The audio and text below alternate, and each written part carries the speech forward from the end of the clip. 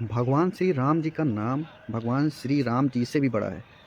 ये इस वीडियो में जो मैं स्टोरी सुनाने जा रहा हूँ, ये स्टोरी इस बात को सिद्ध करेगी। तो होता यूँ है कि भगवान श्री राम जी के कुल गुरु वशिष्ठ जी किसी राजा के दरबार में जाते हैं और उस दरबार में जब पहुँचते हैं तो उन जो राजा रहते हैं उनको ये बात पता नहीं चल रहती है। वो इस बात से अनजान रहते हैं कि ये जो वशिष्ठ जी का आगमन उनके दरबार में हुआ है, वो वशिष्ठ जी भगवान श्री राम जी के कुल गुरु हैं। और उनसे मिस्टेकनली ऐसा हो जाता है कि वो मतलब खड़े नहीं होते हैं, क्योंकि किसी भी गुरु का, किसी भी संत का किसी के दरबार में आना बहुत गर्व की बात होती है। तो उनको खड़ा होना चाहिए था और उन्होंने थोड़ा-सा लेट कर दिया था उठने में, क्योंकि उनके जो सेनापति और जो उनके जो कुलगुरु थे, उन राजा के जिनके दरबार में गुरु वशिष्ठ जी का आगमन हुआ था, उनके गुरु ने जब तक उनको बताया कि ये ऋषि वशिष्ठ जी हैं, तब तक थोड़ा-सा हल्का-सा देर हो चुकी थी। तो उसी समय पे महर्षि नारद जी का श्री अ, नारद जी का आगमन होता है उनके दरबार में, और वो जाके ऋषि वशिष्ठ जी के बगल में बैठते हैं। और वशिष्ठ जी से वो कहते हैं कि सुना है, मुझे ऐसा लगा कि वो जो जब आपका यहाँ पे आगमन हुआ तो जो राजा हैं वो खड़े नहीं हुए, और उनको खड़े होने में थोड़ा-सा टाइम लग गया। क्या उनको ये बात पता नहीं थी कि आप आए हो? तो उनको कहा, देखो वशिष्ठ जी क्या थे, वशिष्ठ जी बहुत ही मतलब पहुँचे हुए संत हैं। मतलब ज़ाहिर-सी बात है, अगर वो इतने महान नहीं होते, वो खुद भगवान का अवतार, तभी तो भगवान श्री राम जी के कुल गुरु हैं। तो इसलिए वहाँ पे थोड़ा-सा उनको जो विलम्ब हुआ, उस चीज़ को लेके श्री नारद जी ने वशिष्ठ जी को प्रवोक करना चाहा। तो वशिष्ठ जी ने उस चीज़ को इग्नोर कर दिया। मतलब उनके लिए ये सारी चीज़ें, मतलब किसी भी महान संत को उसकी इज़्ज़त रिस्पेक्ट ना करना, उनकी इज़्ज़त रिस्पेक्ट करना उनके लिए कोई बड़ी बात नहीं होती। उस चीज़ को वो चाहते हैं कि उनकी कोई इज़्ज़त ना करे, उनको कोई रिस्पेक्ट ना दे, वो ये चाहते हैं। तो यही चीज़ वहाँ पे वशिष्ठ जी ने करी। उनकी एक इस बार मतलब जैसे ही उन्होंने बोला कि वो जो राजा हैं, वो उन्होंने खड़े होने में विलम्ब कर दिया, तो उनको ये बात उन्होंने इग्नोर कर दी। लेकिन बार-बार कहने पर, जब क्योंकि वो नारद हैं, भगवान श्री हरि विष्णु का ही कोई अवतार माने जाते हैं श्री नारद जी। उनके अंदर उन्होंने, क्योंकि वो भी बहुत पहुँचे हुए संत हैं, तो भगवान किसी संत या महात्मा का कहने का फ़र्क ज़रूर होता है, पड़ता है ज़रूर किसी के ऊपर हो। जैसे हम लोग अभी किसी कहाँ कहीं पर भी अगर कहीं भागवत कथा या फिर किसी कोई संत जी हैं, उनकी बात को लोग गौर से सुनते हैं और उनकी बात का लोगों के ऊपर असर भी होता है। ऐसी कई सारी कहानियाँ आपको मिलेंगी देखने और सुनने को हमारे शास्त्रों वगैरह में। तो वहाँ पे आप जब सुनोगे तो बहुत सारे लोगों का जीवन परिवर्तन हो जाता है, केवल किसी भी संत की एक वाणी सुन के, एक लाइन सुनकर उनका जीवन जो है बदल जाता है, और लोग बड़ी से बड़ी जो है गंदी आदतें भी छोड़ देते हैं। तो यहाँ पर क्योंकि वशिष्ठ जी भी भगवान श्री राम जी के कुलगुरु रहते हैं, तो इधर नारद जी भी जो है एक बहुत बड़े पहुँचे हुए संत होते हैं, क्योंकि हैं ही। उनको तो तभी तो वो जब चाहें भगवान श्री हरि विष्णु जी के दर्शन कर सकते हैं, जब चाहें भगवान श्री भोलेनाथ जी के दर्शन कर सकते हैं, वो किसी के भी दर्शन कर सकते हैं, कभी भी कहीं भी जा सकते हैं, उनको कोई रोक टोक नहीं है, और वो हमेशा घूमते रहते हैं। तो जब वशिष्ठ जी को उन्होंने बार-बार ये बात बोली, तो वशिष्ठ जी को ये बात सच में बुरी लग गई। जब ये उनको बात बुरी लग गई, तो भगवान श्री राम जी के वो कुलगुरु हैं, तो वो वहाँ से उठ के चले गए। जब वो वहाँ से उठ के जाते हैं, उनके जाते ही अ, वो उन्होंने ये बात भगवान श्री राम जी से ये बात कह दी कि जो है मेरा अनादर हो गया है। मेरा मतलब मेरा मेरी एक तरह से इंसल्ट हो गई है फलाने जो है राजा के दरबार में उन राजा ने मेरी जो है मेरा अनादर कर दिया, क्योंकि वो प्रोवोक्ड थे किससे, भगवान वो श्री नारद जी से। तो अब भगवान किसी के भी अगर किसी के भी क्योंकि किसी के भी गुरु हों, अगर गुरु अपने शिष्य से बोलता है, शिष्य से ये बोल कोई भी गुरु अगर बोलता है कि वहाँ पे उस जगह पे मेरा अनादर हो गया, मेरे साथ गलत हो गया, तो शिष्य ज़ाहिर सी बात है अपनी मतलब वो मतलब गुस्से में बिल्कुल कुछ भी कर सकता है। तो वही वहाँ पे हुआ। भगवान श्री राम जी को जब ये बात पता चली, तो वो कतई गुस्से में एकदम लाल हो गए। उन्होंने कहा, किसने ऐसे गुस्ताखी कर दी? मतलब किसके अंदर ऐसे तीनों लोक में ऐसा कौन है जो मेरे गुरु भगवान मेरे लिए भगवान श्री वशिष्ठ जी का जो है अपमान कर दे?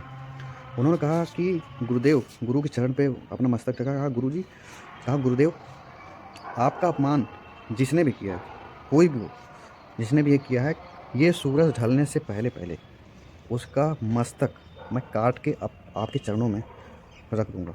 उसका मस्तक आपके चरणों पे, आपके चरणों में होगा। अब ये सौगंध भगवान श्री राम जी ले लेते हैं। उनके सौगंध लेते ही भगवान श्री नारद जी वहाँ पहुँचते हैं उस राजा के पास, और कहा कि अब तो तुम मरने वाले हो। तो राजा ने कहा कि ऐसा क्या मैंने कर दिया कि जो मैं मरने वाला हूँ, क्योंकि वो उस चीज़ से अनजान था। जब राजा को श्री नारद जी ने बताया कि आपको मारने का, आपके मस्तक को श्री वशिष्ठ जी के चरणों में, आपके मस्तक को श्री वशिष्ठ जी के चरणों में भगवान श्री राम जी ने चढ़ाने की सौगंध खा ली। अब उनकी हालत ख़राब हो जाती है। मतलब सोचो कि स्वयं भगवान त्रिलोकी, मतलब तीनों लोक के स्वामी, मतलब इस सृष्टि के रचयिता, जिन्होंने एक सेकंड में सृष्टि की रचना कर दी, वो भगवान ने सौगंध खा लिया है उन राजा का सर श्री वशिष्ठ जी के चरणों में रखने की। अब उनकी हालत ख़राब हो जाती है। अब वो जब रोने लगते हैं, वो डर जाते हैं। भगवान वो श्री नारद जी के चरणों में जब वो पड़ जाते हैं, कहते हैं कि प्रभु अब मेरी रक्षा करो, मेरे प्राणों की रक्षा करो, अब मैं कैसे बचूंगा। जब ऐसा वो बोलते हैं, तो क्योंकि नारद जी के पास इकलौते ऐसे दो संत हैं जिनको महासंत भी कह सकते हैं, संतों के संत। एक श्री नारद जी और एक हैं भगवान श्री भोले बाबा के परम भक्त श्री तुमरूका जी। इनकी बातें कोई काट नहीं सकता है, और इन दोनों लोगों के पास हर एक जटिल से जटिल समस्या का समाधान होता है। तो भगवान श्री नारद जी ने जब ये उनकी ये प्रॉब्लम, मतलब उनकी जब देखा कि उनकी हालत ख़राब हो रही है और वो इतना डर गए हैं और वो रो रहे हैं, उनके चरणों में अपना सर मस्तक रख के कि मेरे प्राणों की रक्षा करिए प्रभु, आप कर सकते हो, आप ही कर सकते हो मेरे प्राणों की रक्षा। तो उन्होंने कहा कि जब इनको रोता लगता देख, तो श्री नारद जी ने उनको कहा कि तुम्हारी राजन, तुम्हारी जान, तुम्हारे प्राण केवल एक ही इंसान बचा सकता है, और वो हैं श्री हनुमान जी। वो कहते हैं कि ये कैसे हो सकता है, भगवान श्री हनुमान जी कैसे बचाएंगे। तो उन्होंने कहा भगवान श्री हनुमान जी बचाएंगे तब जब आप उनकी माँ के पास, अंजना माता के पास, अब जब उनके पास जाओगे, उनसे उनके चरणों पे सीधे जाके गिर जाना और उनसे प्राणों की भीख मांगना कि मुझे बचा लो। उनके सीधे जाके चरणों पे गिर जाओ, तब वही श्री हनुमान जी को आदेश देके, और तुम्हारे प्राणों की रक्षा स्वयं भगवान श्री हनुमान जी ही कर सकते हैं, और कोई नहीं कर सकता है, क्योंकि वो 11वें रुद्र अवतार हैं भगवान शिव के, वही बचा सकते हैं। अब क्योंकि सूर्य ढलने से पहले भगवान श्री राम जी ने कसम खा ली थी, सौगंध खा ली थी कि हम उस राजा के मस्तक को आपके चरणों में चढ़ा देंगे, उस राजा के शीश को। अब सूर्य ढलने के पहले ये सारी चीज़ें होनी थी, और किसी तरह उनको जान बचाना थी, और प्राण सबको प्रिय होता है। वही था उन राजा के पास, तो उन राजा के साथ भी यही हो रहा था, क्योंकि उन सबको अपनी जान प्यारी होती है। अब वो भागते भागते तुरंत पहुँचे श्री अंजना माता के पास। श्री अंजना माता के पास जब वो पहुँचते हैं और सीधे चरणों पर गिर पड़ते हैं और रोने लगते हैं कि माता मेरी जान बचा लो, मेरे प्राण बचा लो, क्योंकि मैं आज सूर्य ढलने के पहले मुझे जो है किसी ने मारने की सौगंध खा ली, अब आप ही मेरी बचा लो माता। क्योंकि माँ जो है, किसी की भी माँ हो, और वो तो मतलब परम बलशाली और भगवान शिव के 11वें रुद्र अवतार भगवान श्री बजरंगबली की माँ थी, तो उनके अंदर करुणा का कितना ज़्यादा, करुणा का महासागर ही होगा, जाहिर सी बात है। तो उन्होंने उस राजा को उठाया, कहा कि कौन तुम्हें मारेगा, किसके अंदर ऐसी इतनी क्षमता है कि तुमको मार देगा। तुम टेंशन मत लो, तुम परेशान मत हो, मेरा पुत्र अंजनी तुम्हें जो है तुम्हारे प्राणों की रक्षा करेगा। मेरा पुत्र हनुमान तुम्हारे प्राणों की रक्षा करेगा, और तुम्हें कोई नहीं मार सकता है। तुम रोना बंद करो और तुम बिल्कुल परेशान निश्चिंत रहो। और हनुमान जी को तुरंत बुलाया। हनुमान जी आए, उन्होंने कहा कि इनके प्राणों की रक्षा करना तुम्हारी जिम्मेदारी है। तो हनुमान जी ने कहा कि ठीक है माता, आप टेंशन मत लो, आप इनके प्राणों की रक्षा तो आपने कह दिया, और इनके प्राणों की रक्षा की मैं सौगंध लेता हूँ, इनको कुछ नहीं होगा। अब जैसे उन्होंने सौगंध ले लिया, हम श्री हनुमान जी ने, तो जाहिर सी बात है सौगंध ले लिया तो फिर ले लिया। मतलब हनुमान जी की हनुमान जी जैसे की सौगंध ले लें तो फिर क्या से क्या हो सकता है। कोई किसी का मतलब कुछ भी उनका एक कोई भी एक रोए का बाल भी कोई टेढ़ा नहीं कर सकता है, क्योंकि वो भगवान श्री भोलेनाथ जी के 11वें रुद्र अवतार, उन्होंने यह सौगंध ले ली। अब जैसे ही वो सौगंध लेते हैं तो कहते हैं, तो माता अंजना ने जब कहा कि तुम्हें इनके प्राणों की रक्षा करनी है, इनके प्राण जाने नहीं चाहिए। हनुमान जी ने वो उस आदेश को एक्सेप्ट किया और जो है पूछा कि अब बताओ कि सौगंध लेने के बाद श्री हनुमान जी ने जब उनसे ये पूछा कि कौन है जो तुम्हारे प्राण लेना चाहता है, अब बताओ हमें। तो उन्होंने बोला कि भगवान श्री राम जी। इतना सुनते ही तो श्री हनुमान जी के आंखों से आंसुओं की नदी निकल पड़ी। मतलब रोने लग गए कि हमने किस बात की सौगंध ले ली, जिन्होंने पूरी सृष्टि की रचना 1 सेकंड में कर दी, और जिनका नाम मेरे प्राणों में बसता है, हमने उनके अगेंस्ट में चला गया और उनकी सौगंध, उनसे तुम्हारी जान बचाने की मैंने सौगंध ले ली। भगवान श्री हनुमान जी कतई मतलब रोने लग गए और उन्होंने कहा कि मेरे से ये कितना बड़ा पाप हो गया, मैंने उनके खिलाफ जाने की मैंने सौगंध ले ली और उनसे मैं तुम्हारी प्राणों की रक्षा कैसे कर पाऊँगा। अब हनुमान जी बहुत रोने लग गए हनुमान जी कि हमने अपने प्राणनाथ, जो हमारे प्राण हैं, जिनमें मेरा प्राण बसता है, जिनसे मेरा जीवन है, भगवान श्री राम जी के हम सेवक, उनके चरणों के दास हैं, और उनके अगेंस्ट जाके मैंने सौगंध ले ली बिना सोचे समझे। अब क्या होगा। अब श्री हनुमान जी रोने लग गए और अंजना माता ने भी परेशान हो गई कि अब क्या होगा, क्योंकि ये तो एक असंभव सा कार्य है। अब श्री हनुमान जी ने कहा कि अच्छा चलो ठीक है, आप सोचते हैं, क्योंकि सौगंध ले लिया है तो कुछ सोचते हैं कुछ। भगवान श्री हनुमान जी ने काफ़ी देर तक सोचा और उनसे कहा, उस जो राजा थे उनसे कहा कि चलो ठीक है तो मेरे साथ चलो। उनको किसी गुफा में ले जाते हैं, किसी गुफा में राजा को लेके जाते हैं और उनको एक जगह बिठाते हैं श्री हनुमान जी, और कहते हैं कि जैसा मैं कहूँगा ठीक। श्री हनुमान जी जैसे ही वहाँ पे गुफा में पहुँचते हैं और उनको एक जगह बिठा के और उनसे कहते हैं कि मैं जैसे कहूँगा वैसे ही करना, वरना मेरी सौगंध भी मतलब ऐसे ही अधूरी चली जाएगी, पूरी नहीं हो पाएगी अगर तुमसे थोड़ी सी भी गलती हो गई। उनको एक जगह बिठा के श्री हनुमान जी बोलते हैं कि तुम्हें राम नाम का जप करते रहना, राम राम राम, तुम्हारे कंठ से थोड़ा सा भी मतलब वो ड्यूरेशन में थोड़ा बढ़ नहीं जाना चाहिए। मतलब राम राम बराबर इस नाम का तार चलते रहना चाहिए। अगर ये रुक गया तो तुम्हें मैं भी नहीं बचा पाऊँगा, कोई नहीं बचा पाएगा, और कोई कुछ नहीं हो सकता है, फिर तुम्हारे प्राण चले जाएंगे। तुम्हारे पास यही लास्ट ऑप्शन है और इसके अलावा कोई भी चारा नहीं है तुम्हें अपने प्राण बचाने के। जब ऐसे श्री हनुमान जी ने बोल रहे वो, क्योंकि जिसके प्राण जाने वाले वो तो कुछ भी करेगा। तो भगवान श्री हनुमान जी ने जब उनसे बोला कि तुम्हें ये राम नाम के जप का तार तुम्हारा टूटना नहीं चाहिए, मैं यहीं पर रहूँगा और मैं भी तुम्हारे साथ में यहीं पे खड़ा रहूँगा और तुम शुरू कर दो। फिर उन्होंने राम नाम का जप शुरू किया। राजा ने राम नाम का बैठ के और जप शुरू कर दिया, राम राम राम राम राम राम राम राम। जब उन्होंने शुरू कर दिया तो उनका नाम जब देखते ही भगवान श्री हनुमान जी कैसे रह सकते हैं जब कोई नाम ले रहा हो भगवान से, उनके आराध्य का, तो उन्होंने भी लेना शुरू कर दिया।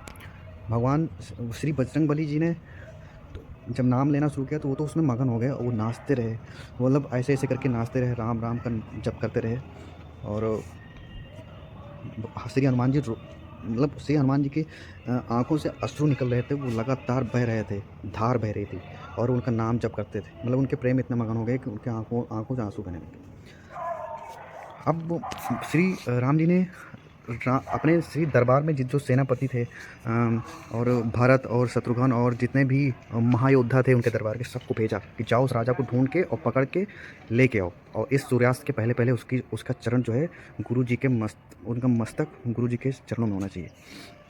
सारे लोग गए उस गुफा तक, वो पहुंच नहीं पाए और सारे लोग लौट आए। जब सारे लोग लौट आए तो भगवान श्री राम जी ने अपना अमोघ बाण निकाला। वो ऐसा बाण जिसका वार कभी खाली नहीं आता है, जैसे भगवान श्री कृष्ण का सुदर्शन चक्र अपना जो है टारगेट भेद के ही वो आता है। अमोघ बाण जब उन्होंने चलाया तो वो अमोघ बाण वहाँ तक गया, उस राजा के गले तक गया, गले तक, क्योंकि क्योंकि मस्तक चाहिए था, वो गले तक जाता है, क्योंकि वहाँ पे राम नाम का उच्चारण हो रहा था उस गले से, और लगातार हो रहा था, तार टूट नहीं रहे थे। तो वो अमोघ बाण वहाँ उस गले से वापस आके भगवान श्री राम जी को ही लग गया। उस गले को भेद नहीं पाया जिस गले से श्री राम जी के नाम का उच्चारण हो रहा था, और वापस जाके वो अमोघ बाण भगवान श्री राम जी को लग जाता है और वो मूर्छित हो जाते हैं। मूर्छित हो जाते हैं तो गुरु वशिष्ठ जी ने अपने अंतर मन से देखा कि ये ऐसा कैसे, ये असंभव कैसे हो सकता है, मतलब ये कैसे पॉसिबल हो सकता है कि भगवान श्री राम जी का अमोघ बाण जो है खाली चला गया। जब अंतर मन से देखते हैं तो वहाँ पे श्री हनुमान जी और राजा दोनों लोग नाम जप कर रहे होके एकदम मगन होके श्री हनुमान जी नाच रहे थे, और राजा राम नाम का उच्चारण कर रहा था, और श्री हनुमान जी इतने मगन थे कि वो रो रहे थे भजन करते करते भगवान श्री राम जी के नाम का। तो श्री वशिष्ठ जी ने जब देखा तो तब उनको समझ में आया कि ये तो मतलब तभी ये काम, इतना असंभव सा काम जो है संभव हो पाया। तो जब वो वहाँ पे जाते हैं, उस गुफा तक पहुँचते हैं, भगवान श्री राम जी को होश आता है, वो पहुँचते हैं वहाँ पे। तो भगवान श्री राम जी को वहाँ उनके अपने सामने देख हनुमान जी जैसे पूछते हैं, हनुमान जी वहाँ पे नाच रहे होते हैं, और राजा जो है वो नाम जप का उच्चारण कर रहा होता है बिना तार टूटे। तो भगवान श्री राम जी समझ जाते हैं कि क्या कैसी स्थिति, भगवान श्री राम क्योंकि वो तो भगवान है, उनको समझ में आ गया, और उन्होंने श्री हनुमान जी को गले लगाया। और जब जैसे ही वहाँ श्री हनुमान जी के पहुँचे और सामने भगवान श्री राम जी को थोड़ी सी जब वैसी स्थिति आई, तो राजा ने देखा भगवान श्री राम जी और गुरु वशिष्ठ जी, जिनकी वजह से उनके प्राण जाने वाले थे, तुरंत उनके चरणों पर गिर पड़े। उनका सर सूर्य के ढलने से पहले उनका सर भगवान श्री राम जी के कुल गुरु श्री वशिष्ठ जी के चरणों में चढ़ा दिया उन्होंने, मतलब ऐसे जीते जी ही उनके चरणों पर रख दिया। तो ये उनकी भगवान श्री राम जी की भी सौगंध पूरी हो गई इस तरह से, और श्री हनुमान जी की भी सौगंध पूरी हो गई, और श्री वशिष्ठ जी का वो जो उनको लग रहा था कि उनका अनादर हुआ है, वो भी वापस उनको मिल जाता है। और इस तरह से ये बात की पुष्टि हो जाती है कि भगवान श्री राम जी से भी बड़ा उनका नाम है। अगर कोई भी उनके नाम का जप करता है तो उस जो भी जप करता है उसका मंगल ही होना है, कभी भी किसी भी क्षण के लिए उसका अमंगल नहीं हो सकता है। तो कैसी लगी ये स्टोरी आप ज़रूर बताइएगा यार। अगर अच्छी लगी हो तो ऐसी बहुत सारी स्टोरीज़ इस चैनल पे अब आप जाओगे तो आपको बहुत अच्छी और ऐसी मोटिवेशनल स्टोरीज़ आपको देखने और सुनने को मिलेंगी। कई सारी वीडियोज़ मैं डाल चुका हूँ। अगर ये वीडियो आपको पसंद आई हो तो आप वीडियो को लाइक कर दीजिएगा, चैनल को सब्सक्राइब कर दीजिएगा, और बेल आइकन को भी प्रेस कर दीजिएगा, ताकि जैसे भी वीडियो डालूँ, जैसे ही एक नई स्टोरी आपके लिए लेकर आऊँ, आपको पता चल जाए और उसको आप देख पाओ। मिलते हैं नेक्स्ट वीडियो में। Thank you so much. जय जय सिया राम। हर हर महादेव।